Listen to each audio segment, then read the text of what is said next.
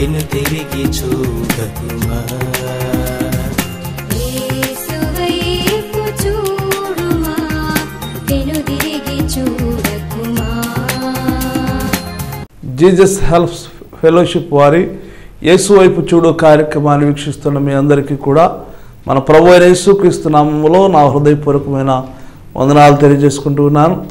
మరి యొక్క సమయంలో అన్నగారైనటువంటి జషుజన్ గారు నిత్య జీవం కొరకై ఆశ ఉన్నదా అనేటువంటి అంశం మీద దేవుని వాక్యాన్ని మీకు అందించబోతున్నారు.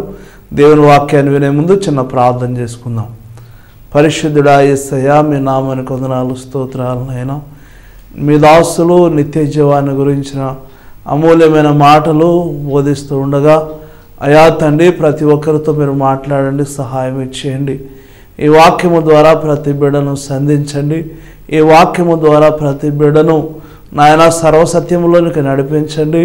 అయా ఈ వాక్యము ద్వారా ప్రతి బిడ్డను అయా నిత్య జీవ భాగ్యములోనికి నడిపించండి.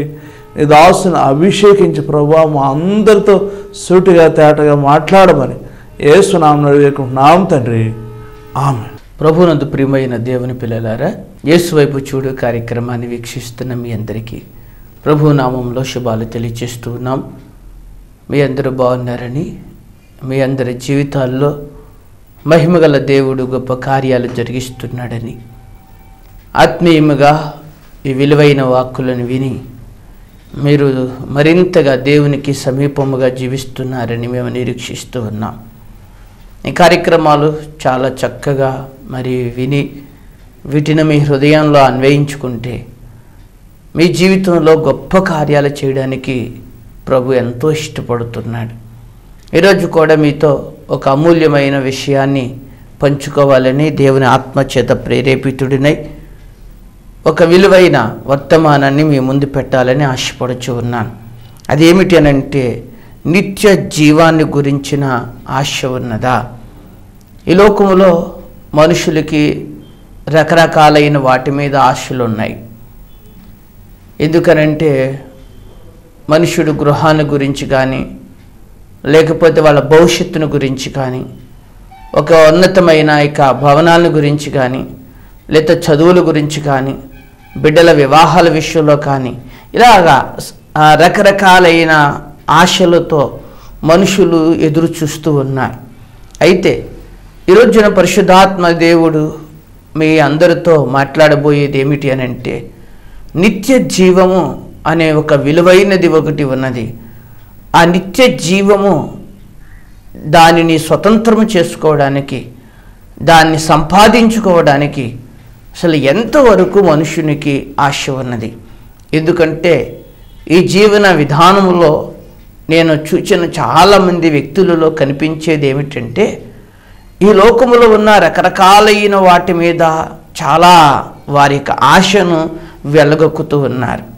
కానీ సందర్భంలో కొంతమంది వారికి కుమారుడు కావాలనే ఆశ, కొంతమంది జీవితాల్లో కుమార్తె కావాలనే ఆశ, ఇలాగా చాలా రకాలుగా ఆలోచిస్తూ ఉంటే భూసంబంధమైన అనేకమైన వాటిని సంపాదించుకొని, వాటిని కూడబెట్టుకొని, వాటిని సమకూర్చుకొని వారు నిరంతరము ఇక్కడే జీవించేద్దాము అని చెప్పేసేసి మనుషుడు అనుకుంటూ ఉంటాడు. కానీ నేనంటాను, మానవ జీవితం చాలా స్వల్పమైనది. మానవ జీవితం చాలా విలువైనది. జాగ్రత్తగా గమనించండి, చాలా విలువైనది. ఏదో పుట్టాము, అలాగే పెరిగాము, మళ్ళీ మనం బిడ్డలకి జన్మనిచ్చాము, ఆ పిల్లలకి మళ్ళీ మనం పెళ్లి చేసేసాము, మళ్ళీ వాళ్ళకి బిడ్డలు పుట్టారు. ఇలాగా సృష్టి నియమంలో సాగిపోతున్న విధానంగానే మన కుటుంబ వ్యవస్థ కూడా అలా సాగిపోతూ ఉంది. సాగిపోతూ ఉంటే దీనిని చూచుకుంటూ ఒక మనుషులో మనం భావించేది ఏమిటంటే, పర్వాలేదు బాగానే సాగిపోతుంది, లేకపోతే ఇంకా కొన్ని ఒడిదుడుకులు ఉన్నాయి, ఇంకా మేము ఇంకా పై స్థాయికి ఎదగాలి, ఇంకా మేము గొప్పవారం అయిపోవాలి, ఇంకా ఉన్నతమైన స్థాయికి వెళ్ళాలి, మా పిల్లల్ని ఇంకా ఉన్నతమైన స్థాయికి తీసుకెళ్ళాలి.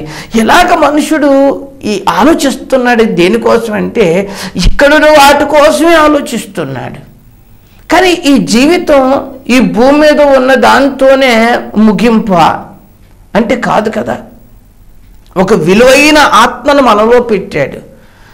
అలాగా ఈ విలువైన ఆత్మ మనలో నివసిస్తుంది కనుక మరి ఈ ఆత్మ కూడా దయచేయబడిన దేవుని యొద్దకు వెళ్ళిపోతుందా, లేకపోతే గాలికో చెట్టుకో ఎటోకటి పోతుందా? ఏంటి దాని గురించిన ఆలోచన ఏముంది అసలు? ఈరోజున ఆలోచించండి. మనుషుడు వాటి గురించి ఆలోచించటం లేదు. వాడు బ్రతికిన కాలంలో అన్ని రోజులు కూడా, రోజుకున్న 24 గంటల్లో కూడా తన గురించి, తన బిడ్డల గురించి, తన భవిష్యత్తు గురించి ఆలోచిస్తున్నాడు. కానీ అసలు నాలో ఒక విలువైన ఒక ఆత్మ ఉంది కదా, అది నా శరీరాన్ని విడిచిన తరువాత అది ఏమైపోతుంది, అసలు ఎక్కడికి వెళ్ళిపోతాను, అసలు నా పరిస్థితి ఏంటి అన్న దాని గురించిన అవగాహన, ఆలోచన మనుషుడికి ఉందా? మీరు అనుకోవచ్చు దాని గురించి అంటే మా ఇప్పటికే బోళ్ళ ఆలోచనలు ఎక్కువైపోయినాయి, ఆలోచించవలసినవి చాలా రకాలు ఉన్నాయి, వీటన్నిటి గురించి ఆలోచించి తలపీక్కున్నా, ఇంకా అదో కొత్తది ఏంటండి, దాని గురించి కూడా ఇంకా మేము ఆలోచించమంటారా అని మీరు అనొచ్చు. కానీ నీ జీవితంలో ఎదురైన అనేకమైన విషయాలు ఉన్నాయి, అనేకమైన ఘట్టాలు. వీటన్నిటికంటే విలువైనది నిత్య జీవం. జాగ్రత్త గమనించండి. చాలా ఇంపార్టెంట్ విషయము నీ జీవిత యొక్క ముగింపు తర్వాత ఏంటి అసలు నీ భవిష్యత్తు ఆలోచిస్తున్నావు అసలు? బైబిల్ గ్రంథములో అతడు చాలా ధనవంతుడు, చాలా భాగ్యవంతుడు, చాలా ఆస్తి సంపాదించాడు. అతను చిన్నతనంలోనే, మంచి యవన వయసులోనే మంచి ఆస్తిపరుడిగా చాలా ఉన్నతమైన ఆస్తిని సమకూర్చుకోగలిగిన వాడు. అలాంటి యొక్క స్థితిలో అతనికి ఈ ఆలోచన వచ్చింది. ఏ ఆలోచన వచ్చింది? నిత్య జీవాన్ని గురించిన ఆలోచన వచ్చింది. చూసారా? అసలు ఈ ఆలోచన రావటమే నేను అంటాను చాలా అద్భుతం. చాలామంది ఈ రోజుల్లో ఈ ఆలోచన లేదు వాళ్ళకి. ఒక ఇల్లు కొనుక్కుంటే ఇంకొక ఇల్లు కొనుక్కోవాలనుకుంటున్నాడు వీడు, ఇంకొక ఇల్లు కొనుక్కుంటే ఇంకో పొలం కొనుక్కుందాం అనుకుంటున్నారు, లేకపోతే అలాగే ఇంకోటి ఒకదాని తర్వాత ఒకటి సమకూర్చుకుందాం అనుకుంటున్నాడు. కానీ ఏంటి అసలు నా జీవితం ముగింపు ఏంటి అసలు? నా ఆత్మ సంగతి ఏంటి అసలు? ఒకవేళ 70 80 సంవత్సరాలు ఎప్పుడు నా జీవితం ముగిస్తే ఏంటి అసలు? నేను ఎటు, నా ప్రయాణం ఎటు, ఏమైపోతుంది నా సంగతి?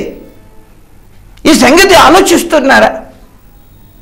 ఒకసారి ఒక పెద్దావిడ ఒక మాట అంది, పాస్టర్ గారండి, ఇక నేను చనిపోతాను, చచ్చిపోయినప్పుడు మా పిల్లలు నాకు సమాధి చేస్తారో చేయరో ఓ 2000 ఇస్తాను మీకు, ఆ సమాధి కాస్త మీరు చేసి పెట్టండి అంటే ఆవిడ ఆలోచన ఏ విధంగా ఉందో చూడండి.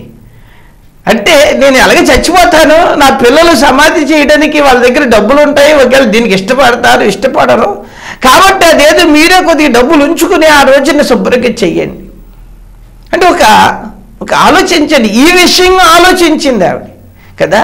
ఇంకా మరి ఆలోచించవలసిన విషయం ఏమిటి అంటే, అంతకంటే విలువైన నీ ఆత్మ ఎక్కడికి ప్రయాణం చేస్తుంది, దాని గురించిన ఆలోచన ఉందా అసలు? ఒకవేళ లేకపోతే ఈరోజున ఒక ధనవంతుల్లో నుండి ఈ విషయాన్ని మనం జాగ్రత్తగా ధ్యానం చేద్దాం. ఒకసారి మీ బైబిల్ గ్రంథాన్ని తెరిచి దేవుని వాక్యాన్ని చూద్దాం. చూడండి, మార్కు సువార్త 10వ అధ్యాయము 17వ వచనాన్ని చదువుకుందాం. ఆయన బయలుదేరి మార్గమును పోవుచుండగా ఒకడు పరిగెత్తుకుని వచ్చి ఆయన ఎదుట మోకాళ్ళుని, సద్బోధకుడా, నిత్య జీవమునకు వారసుడగుటకు నేనేమి చేయుదునని అడిగాను. యేసు, నన్ను సత్పురుషుడని ఎలా చెప్పుచున్నావు? దేవుడు అక్కడే గాని మరి ఎవడును సత్పురుషుడు కాడు. ఇక్కడ ఒక విషయాన్ని మనం గమనించవలసిన విషయం, యేసు ప్రభు వారి దగ్గరికి వెళ్ళిన యవనస్తుడు మాట్లాడిన మాట చూడండి కదా. ఆ నడి రోడ్డున పరిగెత్తుకుని వెళ్ళి మోకాళ్ళుని, సద్బోధకుడా, నిత్య జీవములకు వారసుడవటానికి అసలు నేను ఏం చేయను, నన్ను ఏం చేయమంటావు? చూడండి ఎవరు అడుగుతున్నాడు. నిత్య జీవానికి వెళ్ళిపోవాలి నేను, ఆ స్వర్గానికి వెళ్ళిపోవాలి. ఆ స్వర్గాన్ని నేను స్వతంత్రం చేసుకోవాలంటే ఏం చేయమంటావు? అసలు ఏ మంచి పని చేయాలి? అప్పుడు ప్రభు, అయ్యా మరి నువ్వు 10 ఆజ్ఞలను అనుసరిస్తున్నావా అన్నాడు. ఇవన్నీ నేను చిన్నప్పటి నుండి, బాల్యము నుండి నేను ఆజ్ఞలన్నిటిని అనుసరిస్తున్నాను అన్నాడు. బాగుంది ఇక్కడ కదా, ఎందుకంటే చాలా చక్కగా ధర్మశాస్త్ర విషయంలో అవగాహన కలిగిన వాడిగా మనకి కనిపిస్తున్నాడు. చూడండి, ఇతనిలో నాకు కొన్ని మంచి విషయాలు కనిపించినాయి.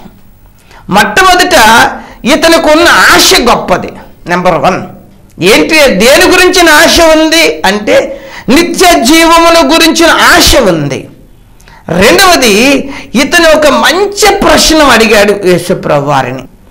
ఏమని అడుగుతున్నాడు అనంటే, నిత్య జీవానికి వారసుడు అవ్వాలి అంటే నేనేమి చెయ్యాలి? చూసారా, నేనేం చేయమంటారు? అలా ఒక ప్రశ్న యేసుప్రభు వారి దగ్గర అతను ఉంచాడు. దీన్ని బట్టి ఇంకొక విషయాన్ని గమనించాలి. అతని రోడ్డు మీద అతడు మోకరించాడు అంటే, మోకాళ్ళు ఉన్నాడు అంటే అనిపించింది చాలా మర్యాదస్తుడు అనుకోండి ఇతను కదా. ఎన్ని మంచి లక్షణాలు ఉన్నాయి చూడండి. ఇతను ఒకవేళ చనిపోతే ఆ తర్వాత నిత్య జీవాన్ని పొందుకుంటే ఎంత బాగుంటుంది అని ఈ భూ సంబంధమైన వాటి మీదే కాక పర సంబంధమైన వాటిని కూడా ఆలోచించాడు. అంటే ఇతడు మంచి జ్ఞానం కలిగిన వాడు అని అర్థం. చూడండి, ఇతనిలో ఉన్న మంచి విలువైన సంగతులు. ఇతనికి ఏమో మంచి ఆశ ఉంది, మంచి ప్రశ్న అడిగాడు, మర్యాద కలిగిన వాడు, ఇంకా చక్కని జ్ఞానము కలిగిన వాడు, ఇంకా దేవుని యొక్క ఆజ్ఞలను బాల్యము నుండే గైకొన్నవాడు. చాలామంది ఈ గైకొనటం కూడా కష్టమే కొంతమంది జీవితాల్లో. కానీ ఇతడు బాల్యము నుండి కూడా ఏం చేస్తున్నాడంటే ఆజ్ఞలన్నిటినీ గైకొన్నాడు. 20వ వచనంలో చూస్తే ఆ మాట చాలా మనకి స్పష్టంగా కనపడుతుంది.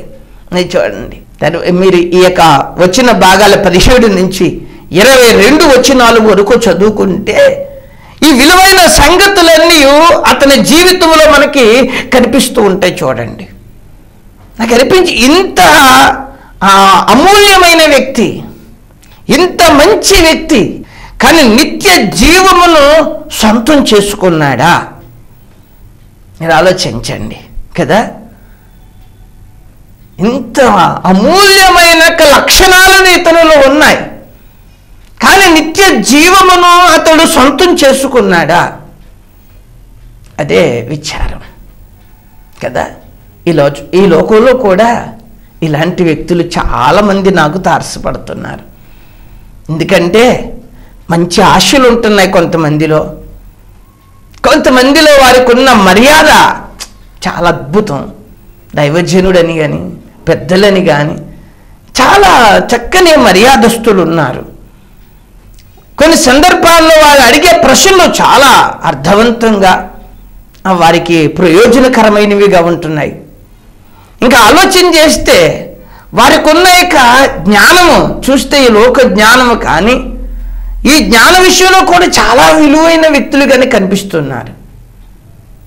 కానీ నిత్య జీవాన్ని దగ్గరికి వచ్చేటప్పటికి మాత్రం వారు ఏం చేయలేకపోతున్నారంటే సరైన నిర్ణయాన్ని తీసుకునే టైంలో సరైన నిర్ణయాన్ని తీసుకోలేకపోతుంది. జాగ్రత్తగా గమనించండి. చాలామంది జీవితాలు యేసుప్రభుని నమ్ముకుంటున్నారు.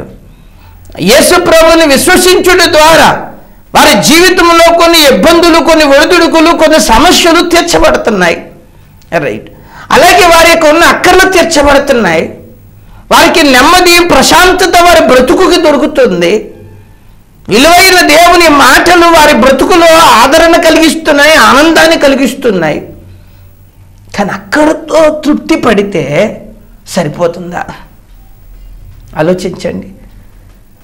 కానీ నిత్య జీవమును గురించిన ఆసక్తి ఈ రోజున చాలా ఇంపార్టెంట్.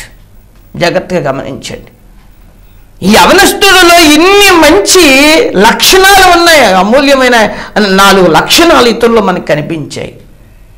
అయితే ఇతని దగ్గరికి యేసుప్రభు వారు ఒక మంచి మాట చెప్పాడు. బాయ్, అన్నీ నీకు బాగున్నాయి, కానీ నీకు ఒకటి తక్కువ ఉంది అబ్బాయి.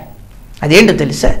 నీకున్న ఆస్తి అంతటిని నువ్వు వెళ్ళి బీదలకి ఇచ్చి నువ్వు వచ్చి నన్ను వెంబడించు అన్నాడు యేసయ్య. నీకున్నదంతటిని ఆ బీదలకి ఇచ్చి నువ్వు వచ్చి నన్ను వెంబడించు అన్నాడు. అసలు ఏం చెయ్యాలి ఒకసారి ఆలోచించండి. సృష్టికర్త సర్వోన్నతుడైన దేవుడు కదా.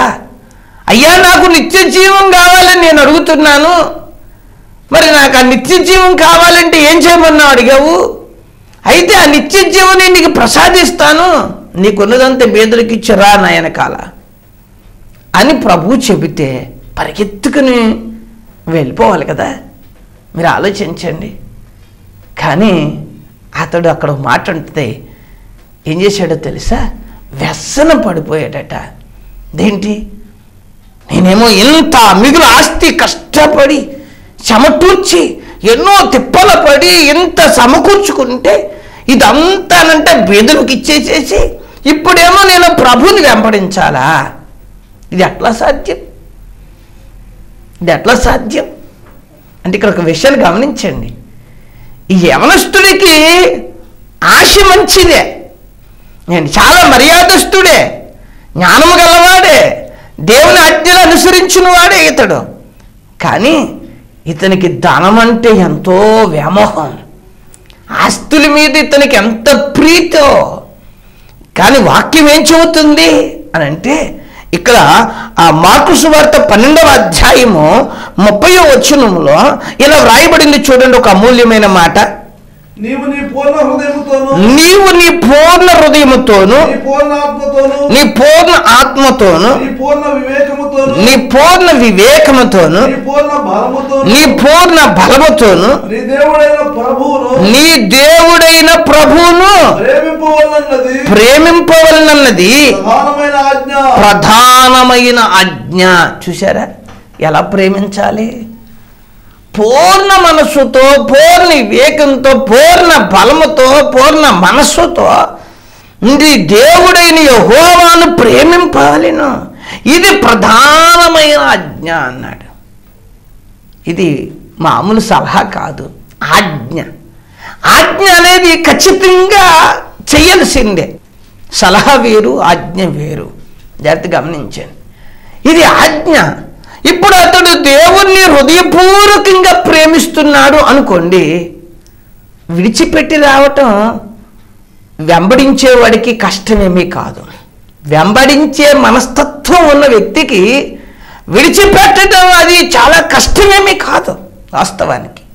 ఎందుకంటారో, జక్కయ్యది ఎప్పుడైతే ప్రభు దర్శించాడో, యేసు ప్రభు విడిచిపెట్టి రా అని చెప్పక ముందే సగభాగమేమో బీదలకి ఇచ్చేసి సగభాగం అన్యాయంగా తీసుకున్న వారందరికీ చెల్లించేశాడు. ఏముంది? నాకు అసలు ఏమక్కర్లా, నాకు ఆ ప్రభు ఉంటే చాలు అనుకున్నాను.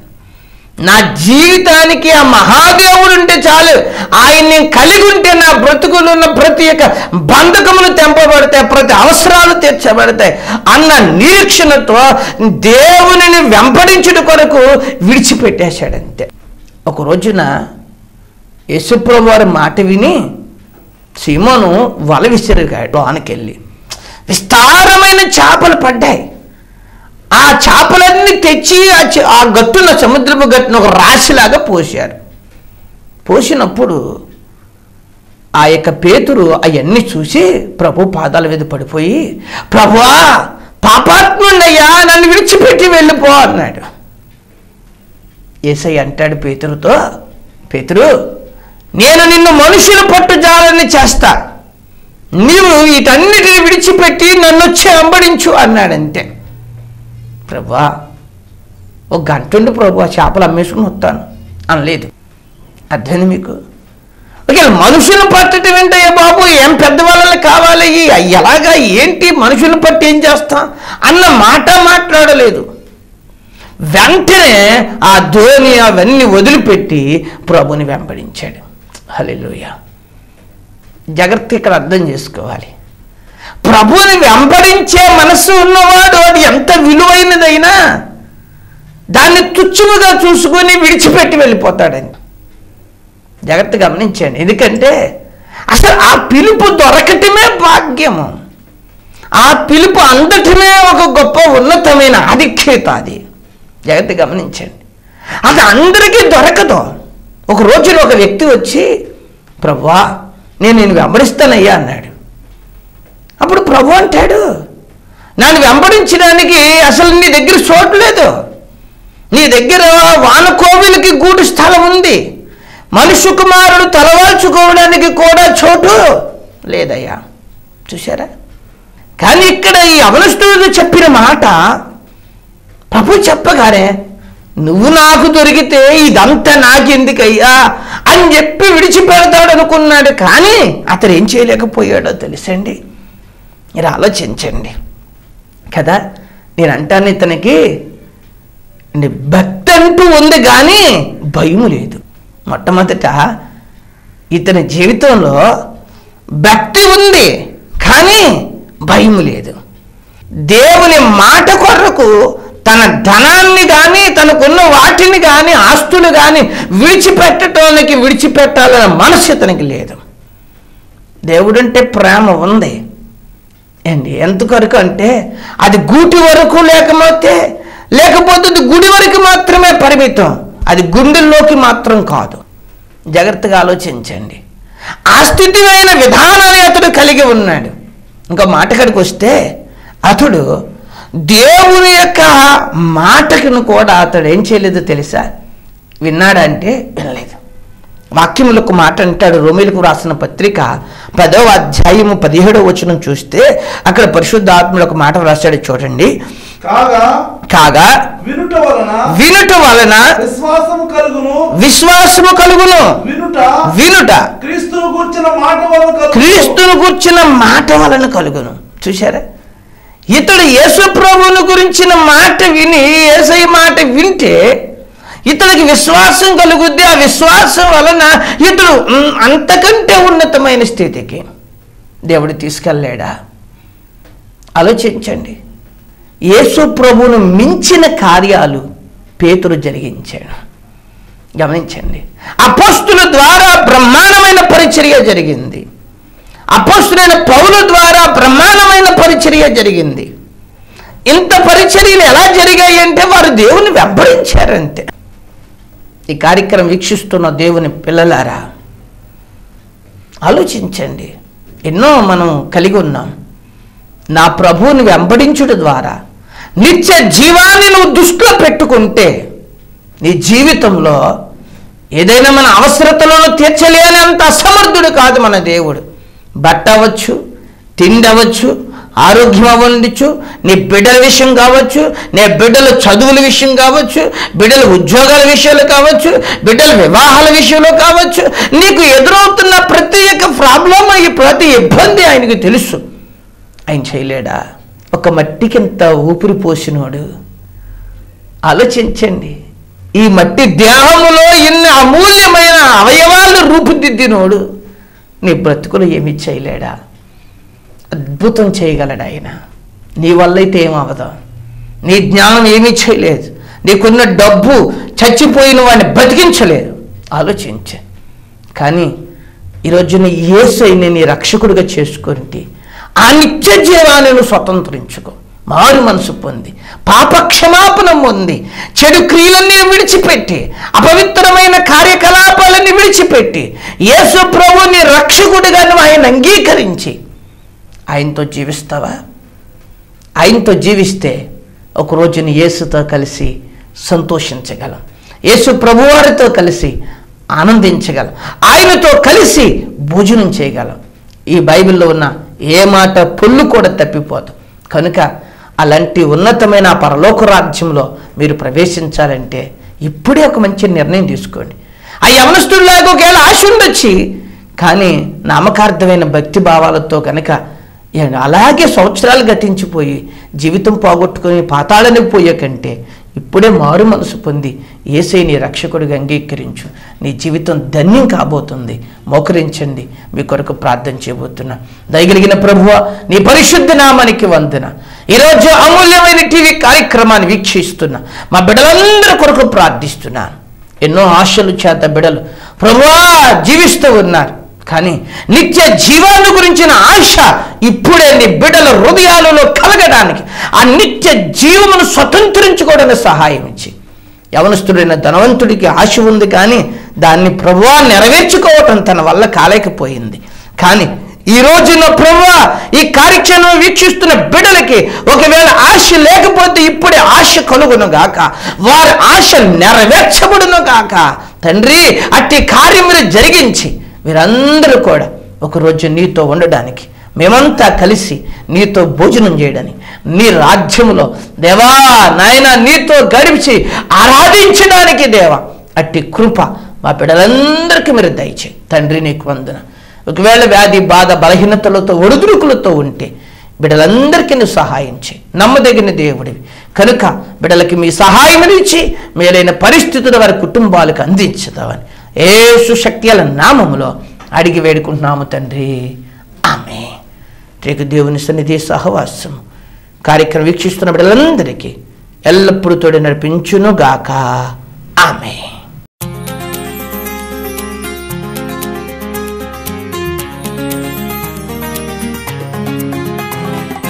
యేసువైపు చూడుమా, వెనుతిరిగి చూడకుమా. యేసువైపు చూడుమా, వెనుదిరిగి చూడకుమా.